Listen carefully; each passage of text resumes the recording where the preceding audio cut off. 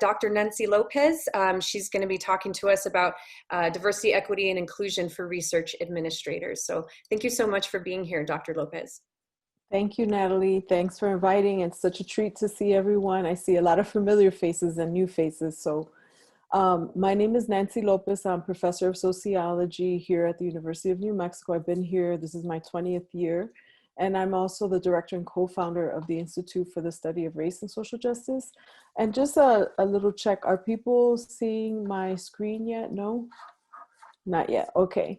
Because a lot of this is on there. So I think you can see it now.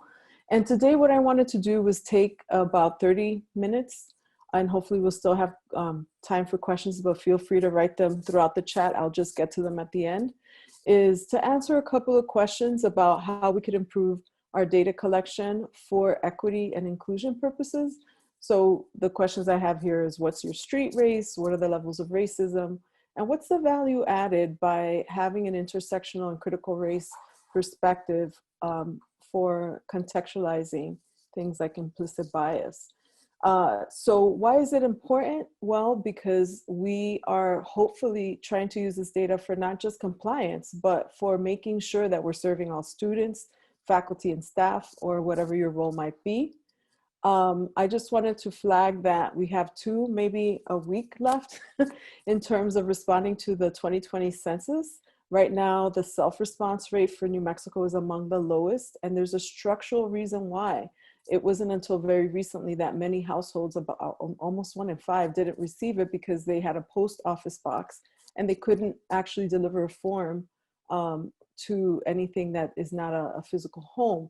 So again, having this kind of lens helps us understand there's a structural reason, right? A historic reason why it is that states like New Mexico, along with like Mississippi or some of these other states that are extremely rural, have low response rates. This is just a visual representation of some of the issues that I'm inviting you to think about for yourself. And I want you to answer this question for yourself. What is your street race? If you were walking down the street, what race do you think others who don't know you, strangers, would automatically assume you were based on what you look like? And this just refers to an exhibit that I co-curated that asks artists to think about how others socially perceive your race, and the same is true for gender, might shape the kinds of experiences or the kinds of things that you are aware of. So this is just a visual that gets us to think about that. This is the actual question that I've used, and I created this question, but certainly not the concept. Other people in research have called this socially assigned race, ascribed race, and other things. But it really was asking people to think about this question. If you're walking on the street, right? How do others see you? Why does that matter? Because identity is multifaceted. It's not simply how you see yourself. It has a lot to do with how others see you, and especially people in positions of power. When you think about voting rights or fair housing or issues like accessing a medical emergency room. So these refer to the research articles that I published based on this data set that used that measure. It was a Latino immigration survey that was focused on health. So these publications are focused on health outcomes, but the same question could be added for education. It could be added for criminal justice. It could be added for any outcome that we're interested in looking at, fair housing. Why is it important not to ask how you identify, but also how others see you? And we find these were 1,500 Latinos across the country, that it didn't fail, that if they said, I think others see me as Black or brown of some kind, Mexican, i.e. brown, different, they were more likely to experience health inequity, and how that varied according to gender. I want to use this quote as just an example of what I'm hoping all of us engage in, which is critical reflexivity about our own social location and systems of inequality, which we didn't create. I didn't create, you know, anti-Blackness. I didn't create heterosexism. I certainly didn't create, you know, a system that oppresses people because of the level of income they have or wealth, but I'm located in those systems. So this woman attended one of my presentations at another conference, and she says, Dr. Lopez, I very much enjoyed your street race lecture. As someone whose street race is white, in other words, she says when she walks down the street, people think she's white. but has a grandmother who immigrated from Latin America, it made me think a lot about my journey in understanding my relationship to race and ethnicity. It's something I'm beginning to grapple with. It has caused a lot of discomfort, and I want to underscore that. This is not easy work, so I admire all of you for coming to talk about something that makes people feel uncomfortable. And that's part of growth, right? And she adds, I feel excited because now I want to learn more. And I hope that's the spirit that we have in this session, by saying we're all trying to learn and understand how data can help us serve communities that traditionally have not been served, right? Whether it's in education or health or whatever. I want you to think about, what are your racial conceptualizations? What is race, right? What is ethnicity? What is nationality, DNA? Are these all the same things? Can we use one question to measure all these concepts? And I'm going to make the argument that no, we need separate questions. And this is a great project of the American Anthropological Association that, if you get a chance to check out, is fascinating, because it tries to engage people in these very important questions.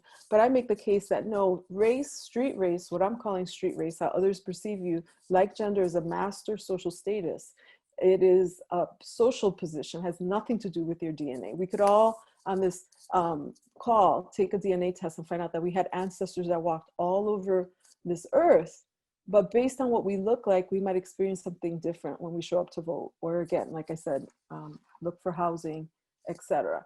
So that is my goal, to kind of show how a critical race lens and an intersectional lens helps us unpack inequality for equity. And I'm going to use examples from the census, health, and education.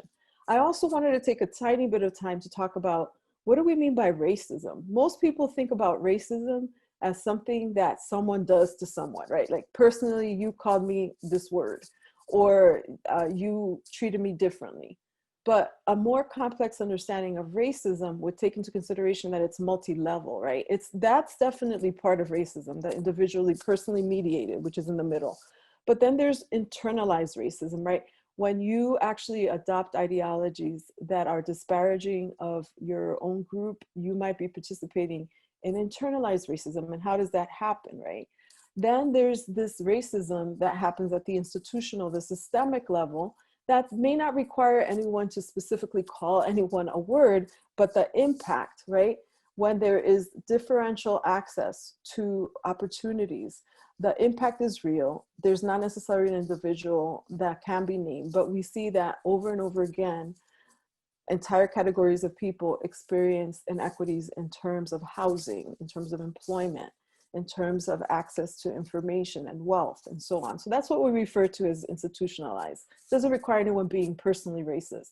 This is the one, like I said, most people think of. Someone's prejudiced, makes a comment, etc. That's real. That's not, that it isn't, but that's not the only kind of racism.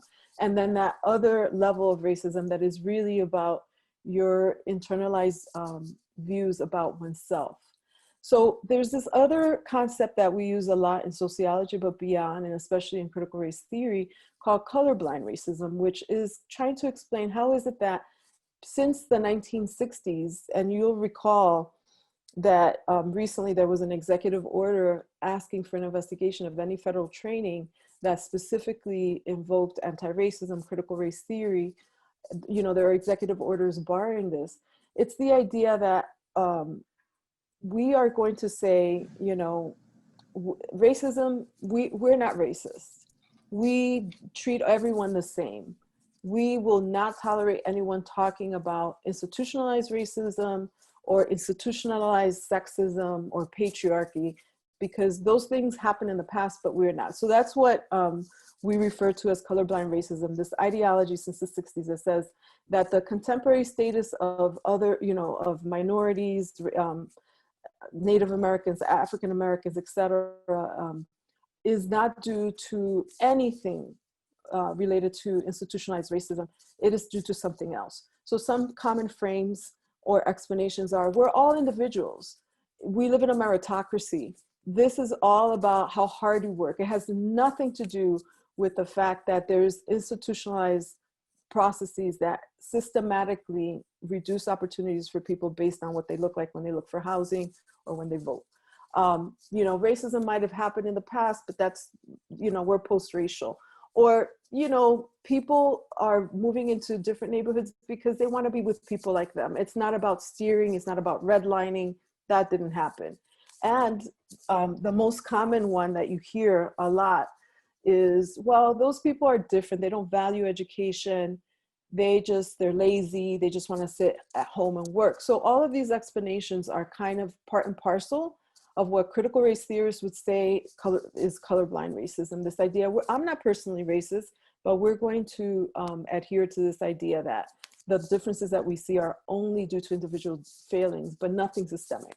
So this quote kind of exemplifies why in critical race theory, we say anti-racism begins with understanding the institutional nature of racial matters and accepting that everyone, regardless of whether or not you participate in creating that system, you're located in the system, and that you're affected not only materially in terms of accessing housing or goods, but ideologically, right? That this affects the way we think about others, ourselves.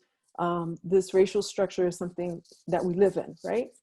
So I asked this question to begin my conversation on the census, which is happening as we speak, right? We have these next 2 days, and you see my backdrop kind of reminding everyone that we absolutely need to count everyone, you know, who benefits when our data collection is color evasive, when we all of a sudden say color doesn't matter anymore.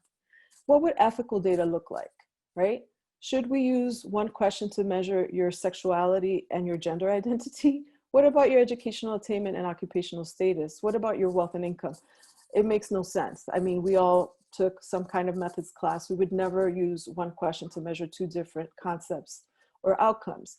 And I asked, what is the census afraid of? I did write an article for the conversation.com that has over 60,000 downloads called "The Census Bureau Keeps Confusing Race and Ethnicity." And I just posed that question. Is it really a confusion, or what, you know, why does this continually happen, right? And that's that article that basically argues colorblind data is not helping us solve problems that we see in terms of outcomes, right?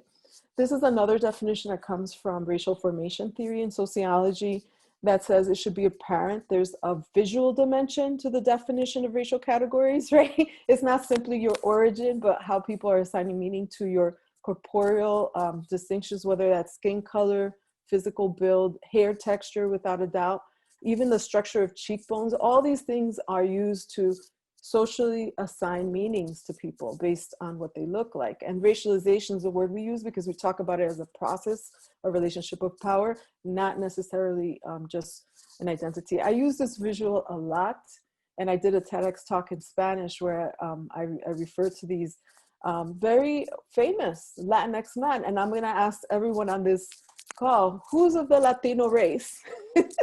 Who's Latino here? So it just gets to the question that origin, right? All of them are Latino. They all speak Spanish. Well, I don't know about George Lopez. I've definitely heard the other two speak Spanish, right? So my question is, why is it that the census keeps confusing origin and race, right? That is very problematic. And my message to, especially the Latino community, where you will have people who look very different, they're all biologically related, that each family member should reply to that question in terms of how they are seen by others. And I would also add that we should make sure that we mark one box. That's the opposite of what the census is saying. And I will remind you that in 2010, Barack Obama actually marked one box, and he was chided for that because, of course, his mom is a white woman from Kansas, his father a Black immigrant from Kenya. And I never asked him why he did that, but my assumption is he knows these data are used for civil rights enforcement, and that when he walks down the street, nobody is going to confuse him for a white man. I don't think so. So again, who benefits when we have colorblind data? I urge you all to watch this video. I could spend like 3 hours just analyzing this video. It's called, it's part of the Census Academy. And what it does is break down how your responses, which you really don't know what they're going to do with your responses, are going to be used to reallocate resources. So I always say, answer the question in terms of what your street race is for civil rights enforcement, right? But again, I urge you to visit this. This is a question format that is unprecedented. We have never, since 1790, used a question format that actually suggests nationalities next to each racial box. So I asked the census designers, and I meet them on a number of panels that we sit on, what race box would you put Canadian? What race box would you put South African? What about American? The idea that we would say this particular nationality represents this race, or this race represents this nationality, is the definition of racism, because it's implying that some groups are more representative of a particular nation, right? Some racial groups. So I was in Berlin not that long ago because they started a master's program on intersectionality, gender, and politics. And I saw many Black Germans, and right now it's saying, well, you know, if you are white, I mean, if you're German, you should be white. I mean, what is that saying? I also want to call your attention to this other box. And here at the University of New Mexico, we actually do allow people to say, yes, I'm of Hispanic origin, and then there's a separate question on race. So the only difference is we don't ask specific national origin. So I'm a Black Dominican, daughter of immigrants, born and raised in New York City, right? Lived in New Mexico for the last 19, almost 20 years. I could easily mark, yes, I am Dominican, and write that. And my daughters who are Chicanas, you know, my husband's from northern New Mexico, could put their Mexican American, Chicano, etc. But what happens for that race question, and why would it be important for us to make sure that we answer that in a way that represents our street race? So again, this is a video that I was referring to that I urge you all to look at, because it would surprise you, and I'll just highlight a couple of things. So this person who says, yes, I'm Hispanic, and marks all these things for race, gets put into some mystery box. This other person who says, yes, I'm Hispanic, but my race is Black, and writes a Cuban, will still be designated as Black and Cuban. And why does this matter? Because when you use the data that examines the poverty rates for Cubans who say my race is white, which is 85% of Cubans, right? And those who say my race is Black, they live in different neighborhoods. Gee, I wonder if that has something to do with the way they're racialized, right? They may even be relatives, they may even be siblings, but one looks Black and one looks white, right? Here, this person would again go into this mystery box, and you don't know how that data is going to be used. And this was the shocking thing. They literally said, this person says, no, I'm not Hispanic. They mark, I'm Black. They literally say, I'm a Black person. But because the OMB, the Office of Management and Budget, has defined Egyptians as white, that person's going to be counted by the census, according to them, as biracial, as two races. So here's a visual that I hope is useful for us to think about race in a complex way. So usually this is all we ask for, that first circle on the top. How do you identify? I'm arguing we need that second box on the right, which says, what is your street race? What is your ascribed race? Whatever we want to call it, socially assigned, as an ethical gold standard that helps us serve communities. I also think we have to ask questions about your lived experience, right? But then this other circle, I'm reconsidering because, and this was published in a volume called Mapping Race, Critical Approaches to Health Disparities Research. Should we have a separate question for political status? Is that really race? No, it is something different to say, what is your tribal origin, or what indigenous nation are you a member of, or origin, right? Those are different questions. So again, this is again part of the self-reflexivity, saying, gee, that was what I wrote 7 years ago, but really, do we really want to separate this as something completely different? The same is true, like indigenous nations are not races, right? They have there's sovereignty. What about ethnicity? I think about my parents came here as adults from the Dominican Republic. Spanish is their first language. One is very light skinned and would probably not be seen as Black. The other one absolutely would be seen as Black, much darker skinned than I am. We have completely different experiences, right? Our generational status is different. I have birthright citizenship, they didn't. Our primary language, yes, Spanish is my primary language, but I was schooled here. So English is also my primary language, not for them. So we do want to collect data on ethnicity, but let's not conflate that with race, right? And this is another perfect example of why people will say, but I'm mixed race. My kids are mixed race. Well, guess what? Depending on what that child looks like, it doesn't really matter if they're mixed race. It is going to be, and we know if we look at these two mixed race Latinx women, and there's all kinds of colors in between, people who will be racialized as brown but not black, that outcomes differ, right? So this is why we're hearing teachers saying right now that many of their kids are telling them, their brown skinned Latinx students are saying, people are yelling at me on the street, telling me to go back home to where I came from and trying to run over me in their trucks. And those same kids might have a sibling that doesn't look like a visible minority and might be experiencing something different. So this is why I say that even though it's very tempting to say, let me mark 5 boxes, that would not help us understand if there are inequities happening, right? It's for civil rights use. So here's all the information, the data. I want to move very quickly because I do want to have time for questions to some of the other points that I want to make with my little visuals. This is just simply saying that the census argues, you know, the reason we want to create Hispanic as its own race is these Hispanics are confused. They don't know what race is. But we know that there's not much confusion, as I mentioned, for Cubans and Dominicans, right? Like we have the lowest number of people saying that we're white, right? And South Americans in general, 2/3 say they're white. For Mexicans and Puerto Ricans. And again, does this mean that walking down the street, all these people are marking that? Not necessarily, but if people understand what the data are used for, then we might have different results.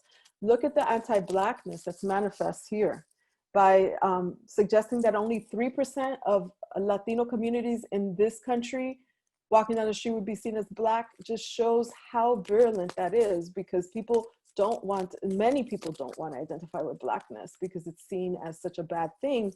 But what it does is that we are unable to tell if there's a correlation again with poverty rates, like what neighborhoods do these households that are identifying, you know, as Black or some other race, right? Which might be the category that a lot of people who might be phenotypically brown, but not necessarily Black, are checking. We know that 1% of Latinos in the country are identifying as Indigenous, but probably many of the kids that are literally in jails and in cages or being surveilled, or people who are being stopped as you drive on I-25, show me your citizenship papers or whatever, your ID, probably are brown. They may not look Black, but so again, who benefits when we have colorblind data and that there is no brown category to capture that lived experience, right? Of being treated differently just because of what you look like. I don't know how many of you heard about this episode, but it's Ilia Calderon, who's a Black Colombian immigrant woman who reports for a Spanish-speaking network. And she announced that she was coming to interview someone who's a member of the KKK, and said, Latina woman of color is coming to interview you.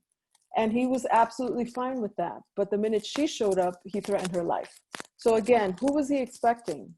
Probably not someone that looked Black, right? Probably someone who looked like Jennifer Lopez or something that was not considered Black, maybe even brown, I don't know. But again, when we don't have good data, we can't capture differences. That was just showing how these images get created of what brown bodies and Black bodies are supposed to be. So this is a data set that most of you may not be familiar with, but it's done across the country. This was done in New Mexico in 2002. It included a module that actually asked the street race question, but it was called socially assigned, right? And what we find is there's a lot of concordance. When people say they're white, they do also report that most people on the street, they believe, see them as white, but it varies very dramatically for everyone else. And I just want you to know, for those who said on this survey that was over 4,000 people, and my colleague Edward Vargas, who's at ASU, crunched these numbers for us, we found here in New Mexico that those who said we're multiracial, more than half said, I think when I walk down the street, or people socially assume that I'm white. That's important because we know that that maps onto differences in treatment. When they check some other race, a lot of those are Hispanic. Over 1/3 say, yeah, I think others see me as white. If they said, no, my race is Hispanic, only 15%, i.e. many of these will probably be seen as brown. And then for Native Americans, it was only 6% who said, I think when I walk down the street or when people socially see me, they think I'm white. And for if you said I'm Asian or Black, 0, nadie. No one, Obama, right? So these were other questions that were tagged onto this. Just consider your surveys, like if you were to ask, how often do you think about race? Again, a predictable color line with almost half of Native Americans saying all the time, and African Americans a third saying all the time, Asians also saying a third, but only 5% of whites. That's an interesting question. And the same thing, what about treatment? That lived experience part, do we include those in our surveys? What about seeking healthcare? Do you think you've been treated worse? All those things, and has it affected your health? I'm gonna kind of skip really quickly over these because I wanted to get to the nitty gritty, which is how do we use this in higher ed?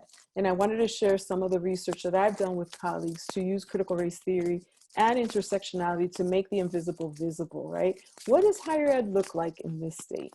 And why is it important?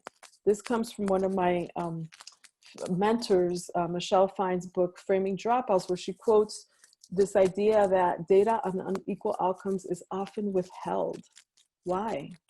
Who benefits, right? Why is that problematic?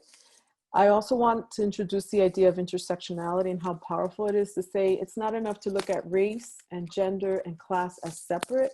We need to look at these things as together, or even tribal status, in order for us to understand the particular history and processes that led to this outcome. So intersectionality, just like critical race theory, they're inseparable. It is about solving problems and making the invisible visible so that we can actually advance equity. It involves humility. It involves saying that we are committed to criticizing myself. You saw me do that right now. When I wrote something 7 years ago and I'm like, boy, I messed up on that one. Tribal status should never be associated with race. It's completely different. And who am I? I'm not Native, right? I have not had that experience. That is not my family's experience. So going back and saying, I have to be critical of myself. And that's the attitude that we need to do. I use this visual often. Again, to repeat this idea, I didn't create heterosexism, homophobia, or, class inequality. I didn't do that. I didn't create anti-Blackness, anti-Indigenousness, etc., or ableism, etc. However, I am located in those systems of inequality, and I have to think critically about that. That has shaped the way I see the world, what I see, what I don't see, and how am I putting a check on myself? So it's an invitation for critical, ongoing self-reflexivity, saying, I didn't participate in creating these systems, but I'm located in systems of inequality, and at an intersectional way. It affects my experience, it affects what I see and what I don't see, it also affects my emotions, right? And just underscoring the point that when you're trying to measure a concept, you should never try to measure two concepts in one question. So this is another powerful visual that I use often. It comes from Black Feminist Thought by Patricia Hill Collins. And it talks about how we could understand complex inequalities in Brazil or here in the United States, or if I go to South Africa, by understanding what is the history of settler colonialism in that landscape. What does white supremacy look like in the Dominican Republic, which is where my family's from, versus South Africa, versus the US Southwest, right? Like these things are different. The system may be there, but the histories are different, right? And then beyond looking at what that historical specific issue was in that land, in that place, and I should have mentioned when I began my comments that I always start with the land acknowledgement. What is the history of this land right here that I stand in here in Albuquerque? And we have a wonderful statement that came from many of the Native American faculty on campus on diverse.unm.edu that makes that acknowledgement. But again, in order for us to have a critical race intersectional lens, we must take account of that history and how that's present today and how our organizations arranged, what are the rules of the game, what are the different lived experiences of individuals, and then this other domain of power, which Patricia Hill Collins calls the hegemonic or cultural domain. What are those narratives? What are the stories we say about a particular inequality or a particular group of people? What are the ideologies? What are the controlling images that circulate to maintain systems, right? So here is my dream team. And you'll notice Melissa Binder, who's the current director of the Masters in Public Policy, Mario Chavez, student in sociology, and then Dr. Christopher Irwin, who's now, I think, in New Zealand as a postdoc, or he may have come back. We published an article that was using this lens to look at graduation rates in higher ed. And this is our main finding. What it did was organize the odds of graduating, right? The probability of graduating in 6 years over a 9-year cohort period of time. So these were all students who started as first-year students. And 6 years later, what were their odds of graduating if we used 20 different social locations? We didn't have parental educational attainment, which I would say we would divide into, like, did you come from a household where, like in my case, my family, my parents only had the opportunity to go to the 2nd grade. They didn't have a chance to have any formal schooling. Or did you come from a household where someone had a 4-year college degree and above? So that would have been the ideal class measure. We did not have that. So what we did instead was say, we'll use FAFSA data, which is only available for a subset of students, about 42% of students for these cohorts for the 9-year period had that data point, and we'll divide it into income quartiles, those who are low income and high income, and we'll just look at if we see any patterns. What are the odds that if you occupied this social location, you graduated? A lot of people have asked us, well, why did you use white high income women as your reference group? I said, well, if it were a salary study, it would be white men, but because this is an educational attainment study, we know that women in all groups, right, in general. So white women were the reference, and we said, if we compare odds of graduating from for all these other social locations, I ask you right now to look at this list and say, where were you? I would have been, because all Hispanics are lumped together, right? We're not going to separate white Hispanics from Black or brown, in the Hispanic low income women. I don't know where you would be, but my odds would be 22% less likely to graduate than a high income white woman. In contrast, a low income white woman would only be 14% less likely to graduate, according to this data. Dr. Lopez, Now, I'm sorry to interrupt you. I just wanted to give you a 10-minute warning. Oh, great. Yeah, I think I'm almost done. So I'm going to pretty much finish with that. And I do want to have questions. So what I wanted to just point out to you is that if we only reported graduation rates, or in this case, odds of graduating in 6 years by race alone, just by race, or by gender alone, or by low income alone, we would miss this nuance.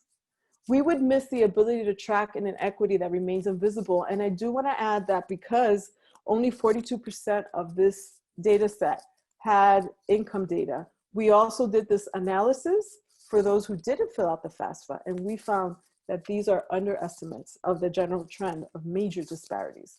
So I also want to call your attention to the last two groups, which were high income Hispanic and Asian women. They had no differences with high income white women in terms of how likely they were to graduate 6 years later.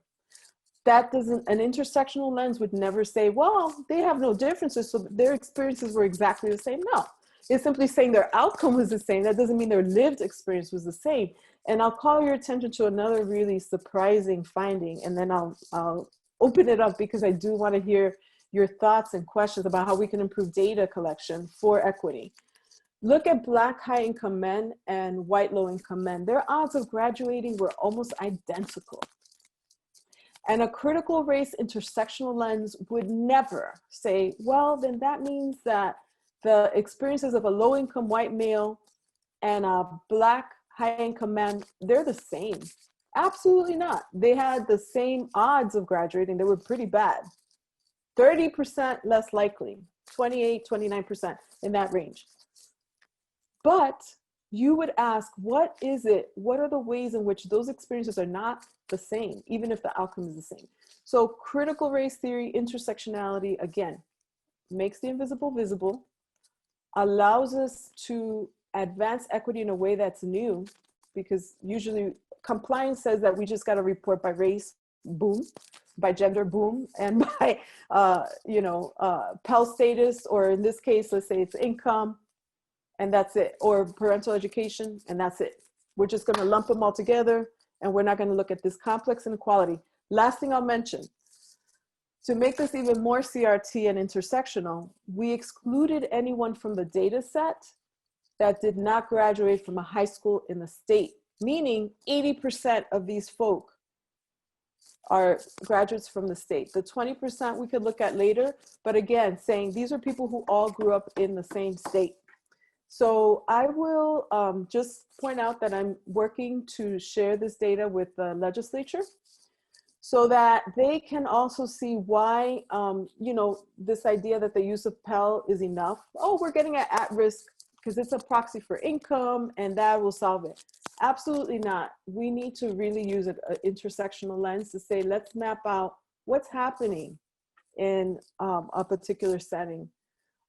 This last slide just says, it's not only important to know your social location, you should know a little bit about what your emotional attachments are. Who do you feel connected to? What stories do you tell yourself about who you are? And also, what are your ethical and political commitments? These are not always the same, right? And yeah, this is the final one. Losing self-reflexivity, the idea that you can't be critical of yourself is a sure sign that we're selling out. I have a lot more I could say, like I'll be teaching a class on intersectionality as an online class starting in December. We have a grad certificate and an undergrad certificate. It's either 4 classes if you're an undergrad, 5 in different departments on racial and social justice, first in the country. So I'll end it there, and I hope I still have 5 minutes.